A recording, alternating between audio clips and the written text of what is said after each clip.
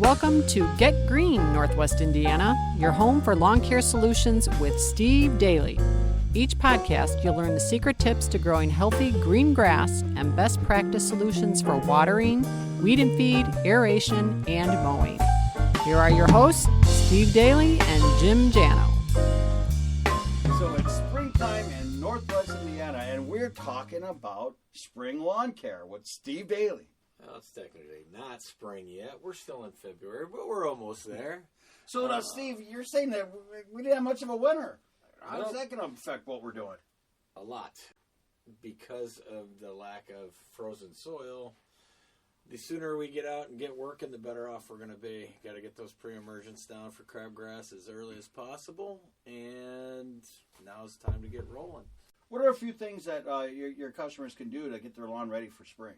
Well, yeah, I mean, they can do a general cleanup of their lawn, pick up the twigs, get the crap out, clean up any snow damage, whether it be a snowplow creating damage off of the edges and just kind of straightening that up so it isn't laying in your lawn when you go to fertilize, or even just when you're trying to keep it from choking things out. You don't want things just laying randomly in your lawn. So the salt. They dump a lot of salt in Valparaiso and throughout Northwest Indiana. And in some areas outside of area, they might even use sand. But that's not necessarily, the sand's not bad, but salt's not good to be on your yard.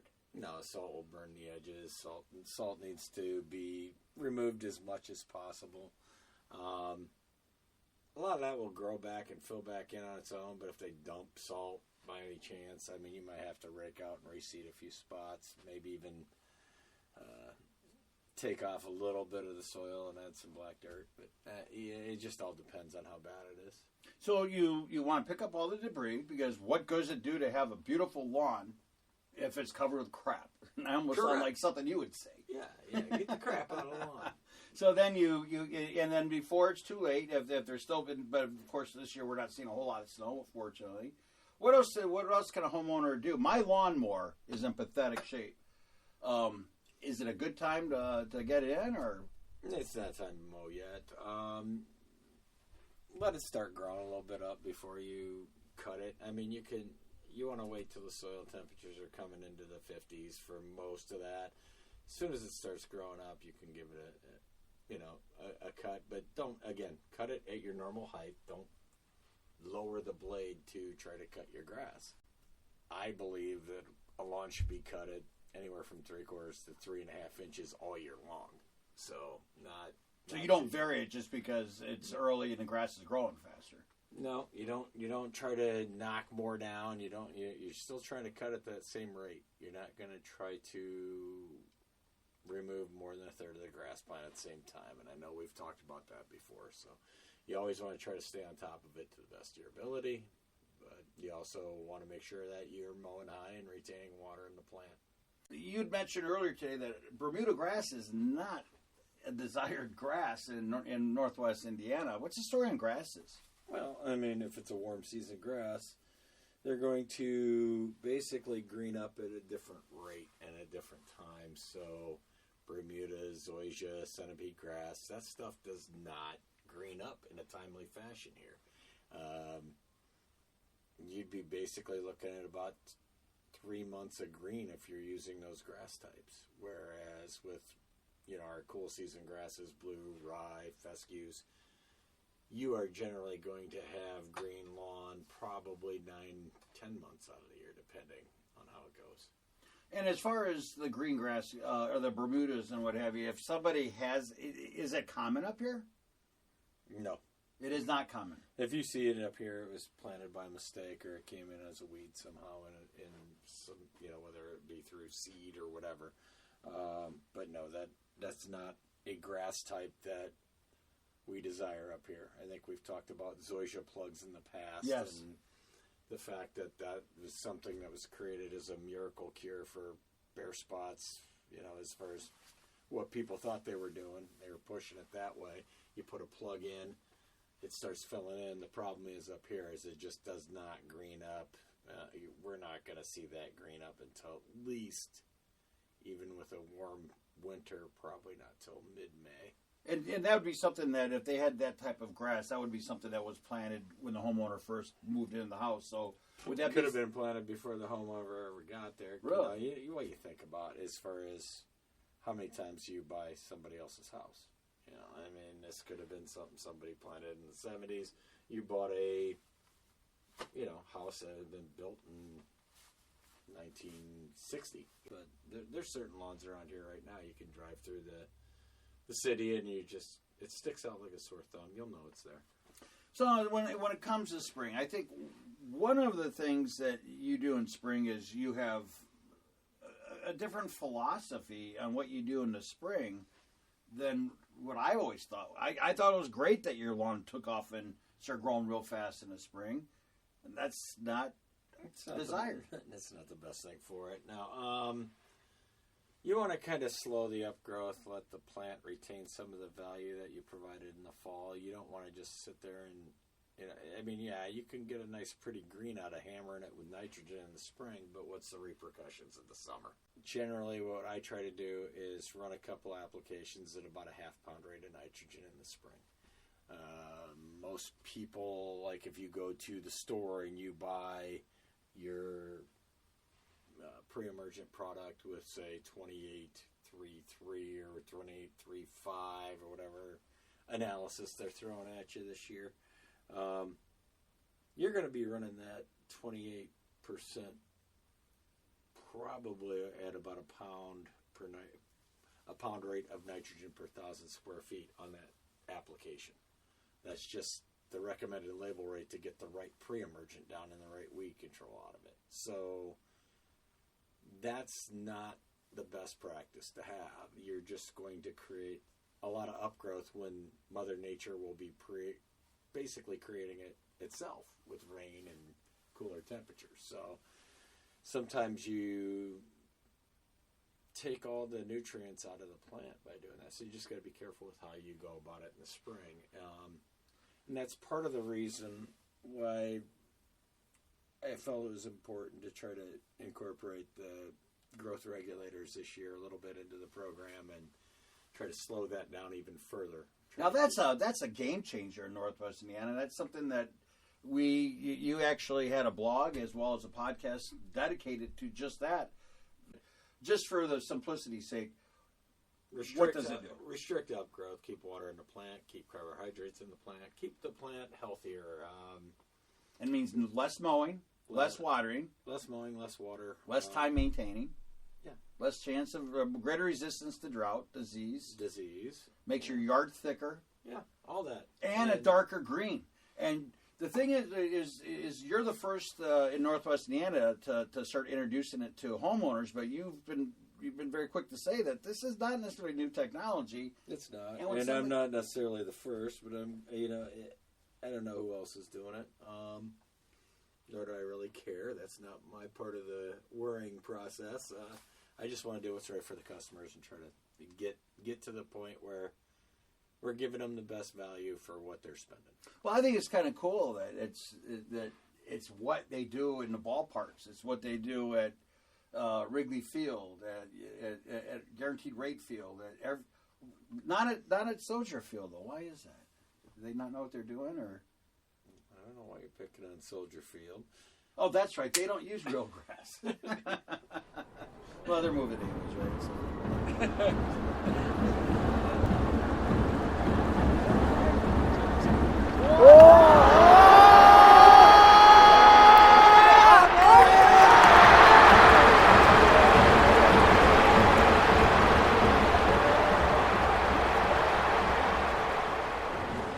How many applications do you do in the spring season before we hit summer? 2 usually. 2. The first one is usually lower base nitrogen with a pre-emergent. Designed basically kind of start it off, get it going a little bit, not forcing too much upgrowth, but you want to get that pre-emergent for crabgrass down in a timely fashion. The second application is usually running in May and early June. That one, depending on whether you have a grub control, it's either going to be a low rate of nitrogen. Both run about 15% as far as what we run. So about a half to 0.6 of a pound rate. Acelepryn to help with the insects. This year it'll be a growth regulator, depending on timing on either one of those applications. Once things get up and growing, that's when we'll start running and spraying that out. So. Well, and I noticed that the searches, as an SEO guy, I look at when people are searching, and the amount of searches for grub control spikes in the springtime or early summer, correct? Sure. I mean, is that part of the treatment? The time for a preventative is going to be May and June. Not, you're trying to stop it from happening. The activity happens in late August, early September, all the way up until about October, and then it slows down again. But it's more of the idea is to keep the damage from ever happening. So never let the timing of it. And these products these days that are used for it build into the grass plant, and then when a young grub goes to actively feed, that material's already there to kill it immediately, as opposed to having a chance to mature.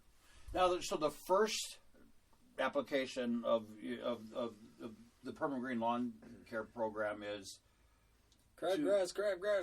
That's crabgrass, and then how much are you actually feeding the soil? Is not a lot. You've hopefully done most of your due diligence and work on fertilizer in the fall when you're supposed to. Light rates of nitrogen are what you want to do in the spring, not heavy rates. It's so interesting because everything I did seemed to be backwards. I was like the George Costanza of lawn ownership, where I used to think I don't need to fertilize in the fall. I'll do it in the spring when my plants can benefit from it. Turns out I did everything backwards. It is backwards. The most important fertilizer of the season is still fall fertilization. Fall. Yes. And does that mean you don't fertilize it at all in the spring? No, you use basically up to a pound of nitrogen through a couple of different applications, but you don't want to just blast it. Like I said, you can get good color into it. You can hit it really hard in the spring and get good color, but then now you're exhausting all the things you've done prior, and it's not really great for the plant. Opens it up to disease, some other different things. So you assign a technician so that you have somebody that's accountable for the homeowner's lawn. So if there are things that flare up, they know the history, they know the best solutions, and they know what was done in the past. When you have an area that has such diverse soil compositions as Northwest Indiana, and everybody has their own history of issues and what have you, do your technicians fluctuate the what they're doing to every homeowner's lawn, or is it more regional? It can be some fluctuation based on soil type. Sandy and loamy soils, a little bit. You kind of try to work in a little more potassium and phosphorus throughout the course of the year. Everything bleeds out of those soils, so that you're going to do things a little bit differently. So there is some customization to some extent. To some extent. Like this first early application is pretty much straight up going to be pre-emergence and nitrogen, okay? And then as the soil temperatures come up to a point where it makes sense to start supplying potassium to the plants, we start doing that. But it's a bit down the road. Usually that's in May. So the first application is really controlling the key is issues the crabgrass. I mean, what's the most common complaint in lawn care is how you get rid of my crabgrass. I mean, that's and so you just got to make sure you get it down timely before the soil temperatures reach a certain point. That's the idea of using your degree day tracker from Michigan State University. You use that to help follow and gauge. Look at soil temperatures following how long it takes. How much time do I have to get pre-emergent down? Yeah, and one of the more common searches is a professional lawn care service worth it? And what's kind of crazy is when you think about that, I was paying almost, if not the same amount of money for my plans. The only reason it was cheaper was because I skipped my 4th treatment in the fall, and my yard suffered from it. But for the most part, if you compare apples and apples, it's about the same price, but you get that expertise, and you're handling everything. And your guys they're certified through the state on how to handle chemicals. You have some a second treatment, and what does that do in the spring? Your second lawn program. Basically, you're just trying to keep maintaining color and keep things healthy. You're killing dandelions. You're killing dandelions, yeah, because dandelion time usually is anywhere from about these days. Well, this year probably from the end of March on. Just because it's so mild this winter.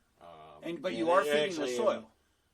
Oh, yeah, you're feeding the grass plant. Yeah, and if it depends on what kind of fertilizer I use, whether it's used in grass plant uptake or whether it's some soil conditioners, there's some things I can do, and that might happen more towards summer. It just all depends on what I'm seeing, what I think we should do.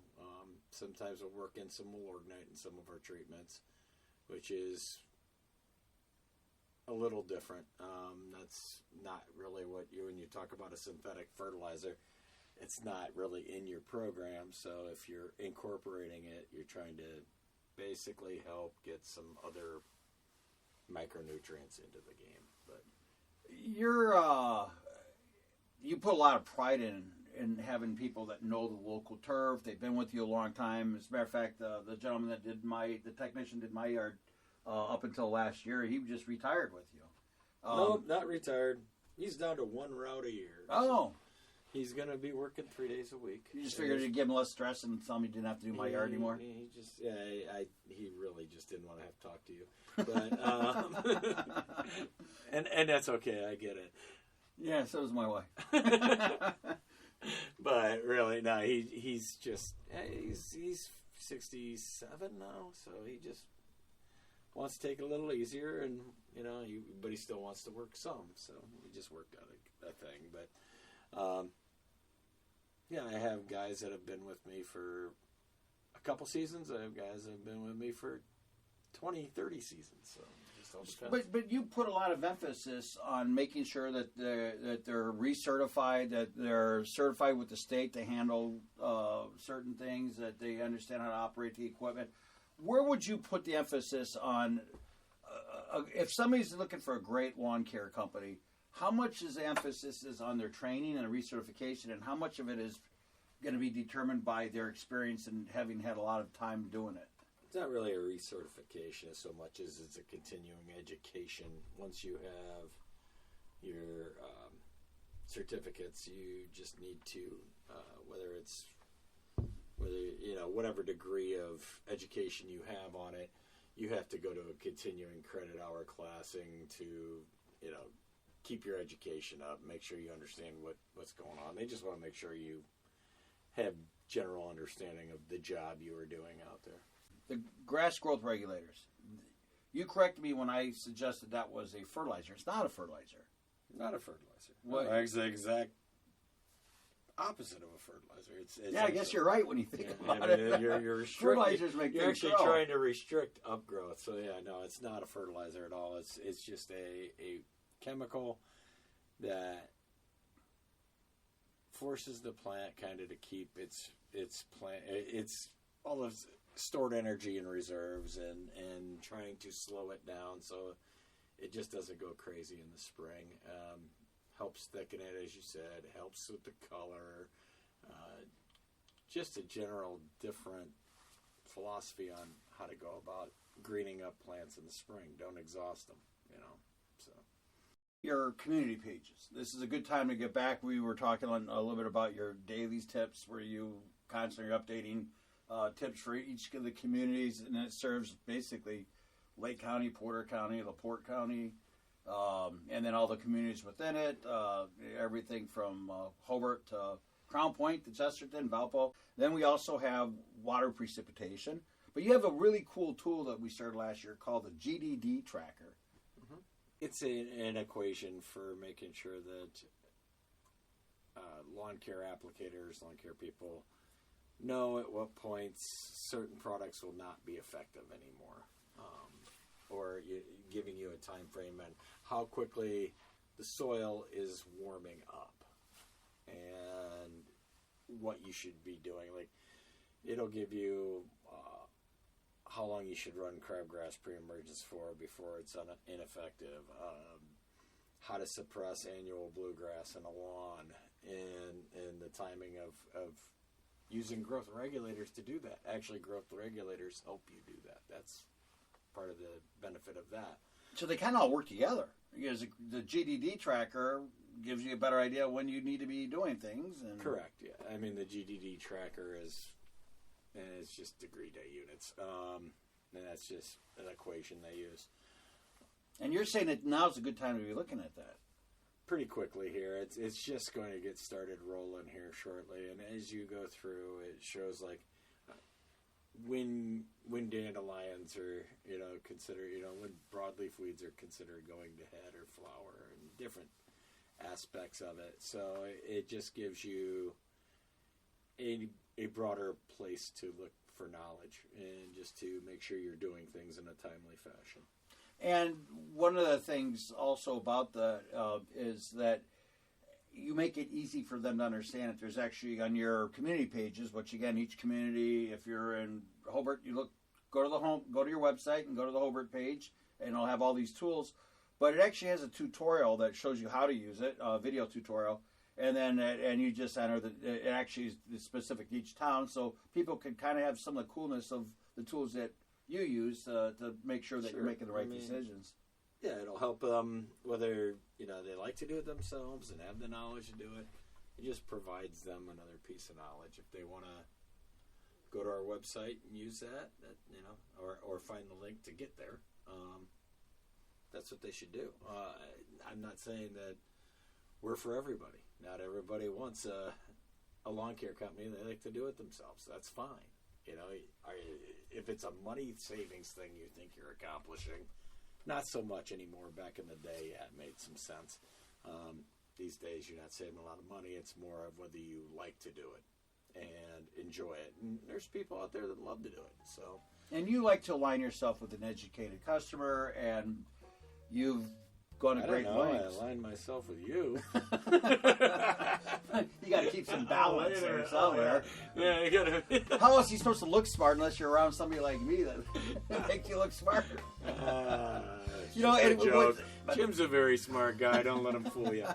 But what's kind of funny about that is that you said that your guys don't necessarily get recertified all the time, but you're also the probably the smartest I've ever met when it comes to lawn care. And you always are humble, saying you learn something almost every day. That it's an ongoing thing. It's something where the minute you think you have all the answers, there's a lot of people a lot smarter than I am in lawn care. But I just try to do the best I can each day to get a little more knowledge and help the people that are on our service. That's all.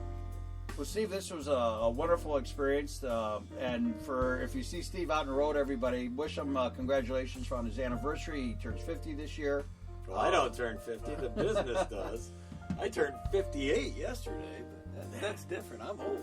And so, I didn't own the business the whole time, obviously. So, when I was 8 years old, I was not playing with a lawnmower or trying to start a lawn care company. That credit all goes to Bishop, who was the owner prior to me. And you had a great relationship with Butch. You still stay in touch with him. Yeah, and I'll probably see him next week when I go to Arizona. Well, there you go. There you go. But he's retired and moved away from this area. He don't like the cold. He probably left a lot earlier if he had to have me do his marketing in this podcast. So. So maybe we'll see you. So maybe I get to go to Maybe don't come Arizona back. permanently? Yeah, okay, thanks. I appreciate that. So before everybody leaves, everybody like the podcast, smash the subscription notice, and make sure you get notified every month we have every couple months. Yeah, like us whether you like us or not. That's what I'd say. Well, thanks Subscribe and like it. Thanks for sharing your knowledge of spring, and happy spring, everybody, and happy green months. Thanks, Jim. Thank you. Have a great day. Take care.